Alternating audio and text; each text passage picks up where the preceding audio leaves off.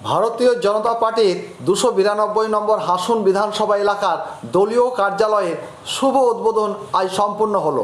রামপুরহাট 2 নম্বর ব্লকের অন্তর্গত এই বিধানসভা কেন্দ্রের জন্য বিজেপি প্রার্থী হিসাবে মনোনীত হয়েছেন নিখিল ব্যানার্জি।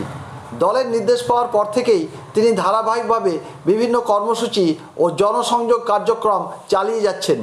সেই ধারাবাহিকতায় আজ বীরভূম জেলার তারাপীঠ থানার পূর্বসাগর মোড়ের কাছে অবস্থিত নতুন বিধানসভা কার্যালয়ের উদ্বোধন করা হয়।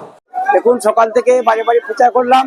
প্রচার করে বেলা 11টার সময় তারাপীঠে পূর্ণভূমিতে বিজেপির পার্টি অফিস উদ্বোধন করলাম হিন্দু ধর্মীয় সংস্কৃতি মেনে।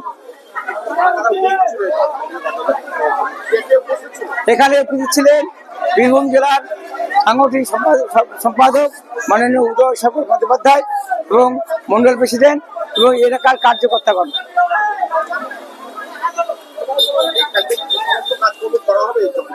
এইখান থেকেই সমস্ত কার্যক্রম করা হবে। এবারে নির্বাচন তৃণমূলের বিসর্জন হয়ে গেছে অলরেডি। মানুষ সিদ্ধান্ত নিয়ে নিয়েছে তৃণমূলের বিসর্জন। প্রচারে সমস্ত মানুষ বলছেন যে কাজল শেখ শান্ত এলাকাকে আশান্ত করতে আমরা দেবো না।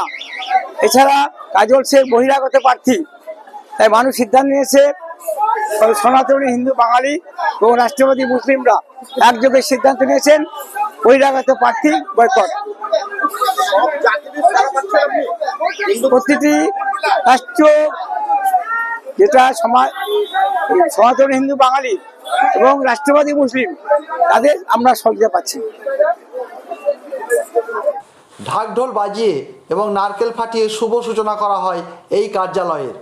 উদ্বোধনী অনুষ্ঠানে উপস্থিত ছিলেন প্রার্থী নিখিল ব্যানার্জি, বীরভূম জেলা সভাপতি উদয় শঙ্কর ব্যানার্জি, বাসুদেব মণ্ডল, পুলক চ্যাটার্জি, তারক চ্যাটার্জি, কিরণ কুমার ঘোষ, অমর মাল, রাজু মুখার্জি, প্রান্তিক দাস, অনুপ মাল সহ অন্যান্য বিশিষ্ট নেতা নেত্রী ও বিজেপির কর্মীরা।